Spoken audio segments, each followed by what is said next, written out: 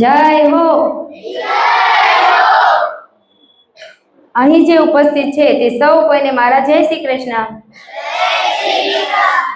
અને તમે તમારો સમય લઈને આવ્યા છો એ બદલ હું આપ સૌનું દિલથી હાર્દિક સ્વાગત કરું છું.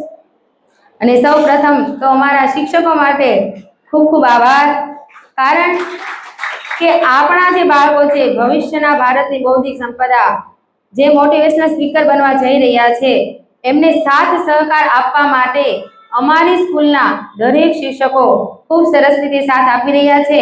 અત્યારે મેરેજની સિઝન હોવાથી અમુક શિક્ષકો નથી આવ્યા, પરંતુ અમારા દરેક શિક્ષકો Nidhi teacher, Nikunj sir, Arvind sir સરસ મજાનો ફાળો ભજવે છે. તો એમના માટે બંને હાથ ઉપર કરીને એકવાર જોરદાર તાળીઓ થઈ જાય. તો હજી અમુક વાલી નથી આવ્યા, એ માટે હું 5-10 મિનિટ વાત કરું.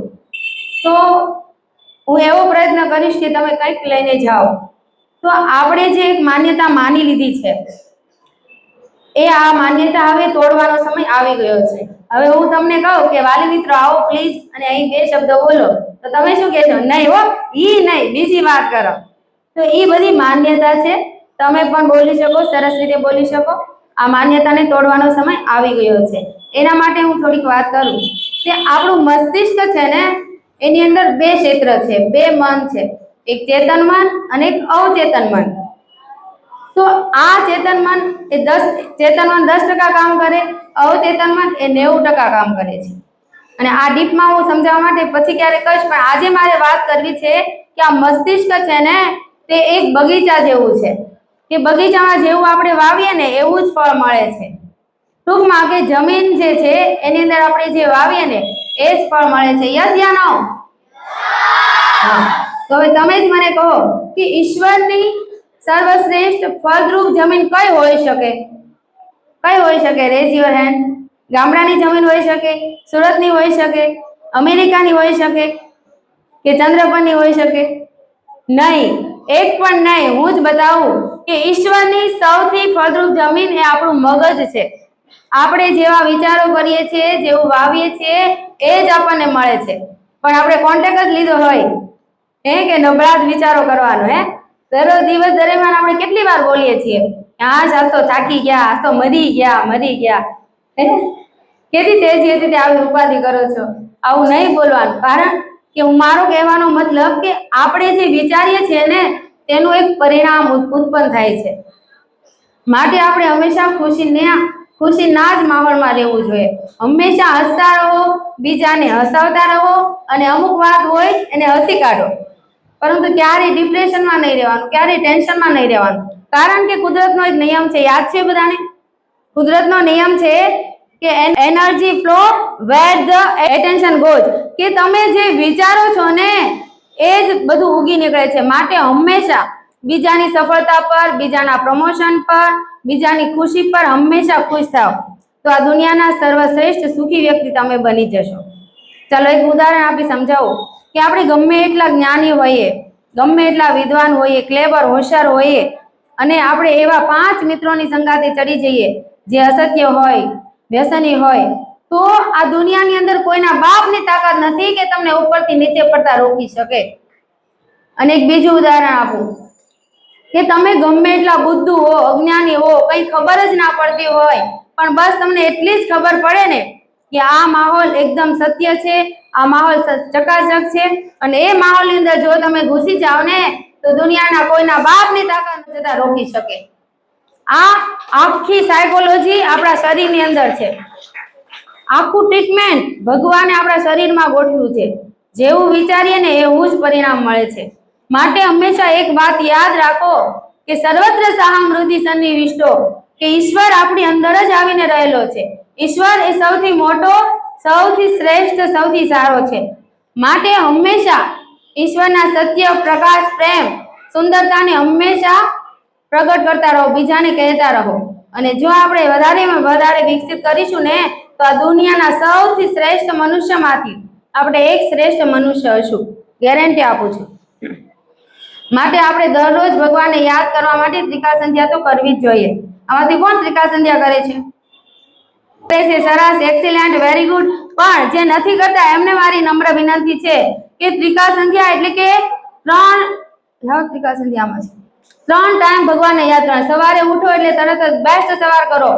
બેસ્ટ સવારથી શરૂઆત કરીએ કે કરાગ્રે વસતે લક્ષ્મી, કરમૂલે સરસ્વતી, કર્મધ્યે તુ ગોવિંદ, પ્રભાતે કર દર્શનમ.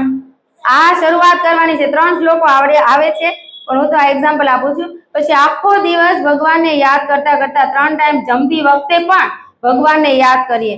આપણું ભોજન છે ને એ આ શ્લોક બોલવાથી પ્રસાદ બની જાય. બોલો છે, બધા બાળકોને પણ આવડે છે. બોલો, યજ્ઞ શિષ્ટાર્થિના સંતો મુચાંતે સર્વ ક્લીબસે, પૂજતે તે ત્વદમ પાપા એ પચંત્યાત્મ કારણાત. બસ આ 4 શ્લોકો આવે છે. એ 4 શ્લોકો આપણે જમતી વખતે બોલીએ.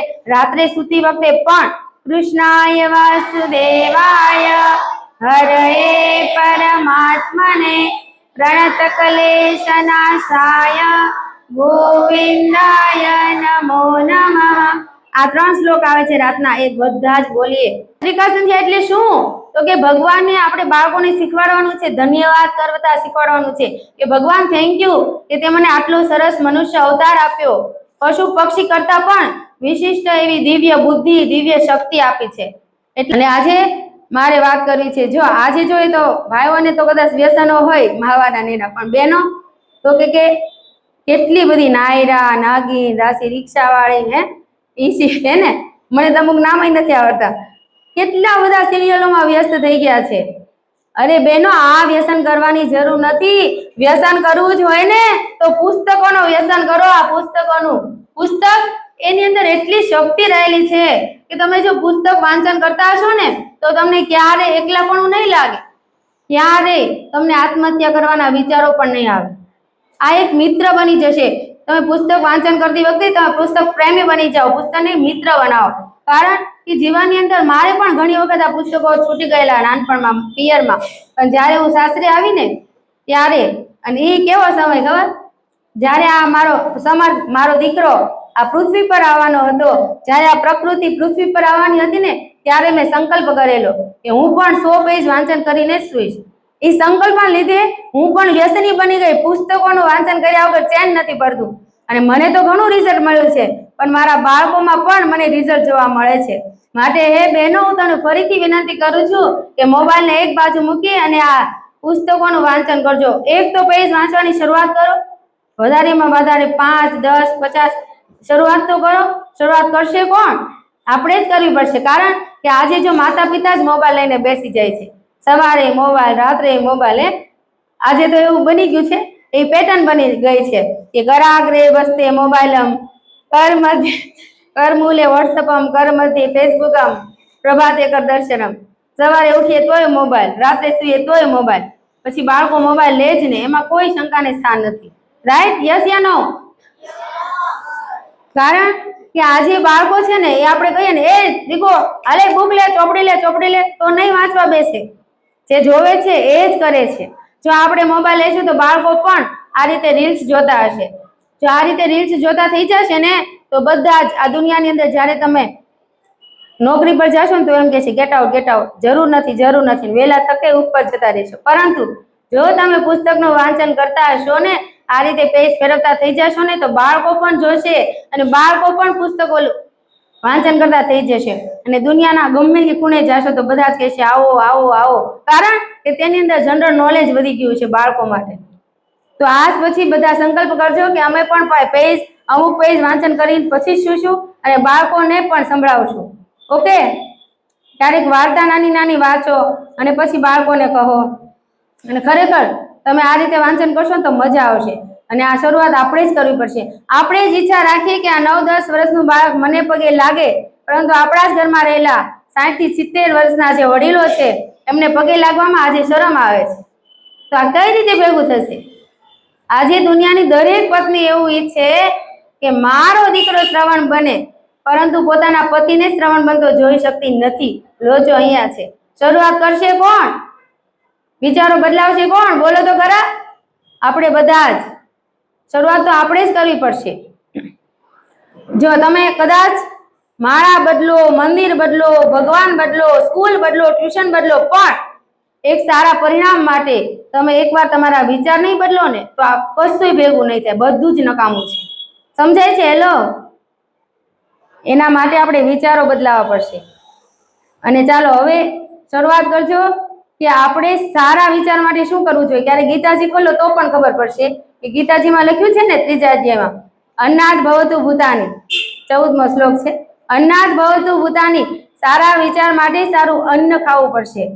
જેવું અન્ન એવું મન, જેવું મન એવા જ આપણી ઇન્દ્રિયો, જેવી ઇન્દ્રિયો એવા જ આપણા વિચારો, અને જેવા વિચારો ને એવા જ આપણે પોતે.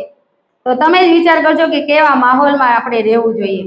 હવે માહોલની વાત આવી તો 1 મિનિટની અંદર હું મારી વાતને પૂરી કરું કે માહોલ, તો કે એક માહોલની વાત કરું તો આપણે બધા જ વ્હાઈટ કપડાં પહેરી લઈએ અને એક કોલસાની ફેક્ટરીની અંદર જઈએ. આખા ફેક્ટરીની અંદર આપણે ખાલી આમ આંટો જ મારવાનો છે, કઈ ટચ નથી કરવાનું. ડોન્ટ ટચ મી, ટચ નહીં કરવાનું, ખાલી આમ રાઉન્ડ મારી અને એક્ઝિટ થઈ જઈએ, બહાર નીકળી જઈએ. પછી જુઓ તમારા શું વ્હાઈટ કપડાં એ વ્હાઈટ રહેશે ખરા?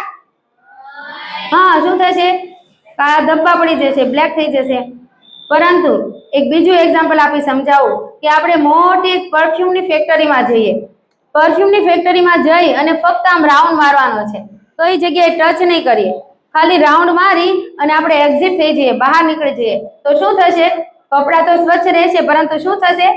સુગંધ આવી જશે, એકદમ સુગંધિત થઈ જશે. તો હવે તમારે વિચારવાનું છે કે કેવા માહોલમાં રહેવું. સાચી વાત ને? મોબાઈલ જોવા કે પછી પુસ્તકોનું વાંચન કરવું એ તમારી ચોઈસ છે. હવે બસ એક સારા માહોલમાં રહો, પરિણામ આપોઆપ મળશે. અસ્તુ. જય હિન્દ, જય Bharat. Thank you everyone for listening me carefully. Thank you very so much.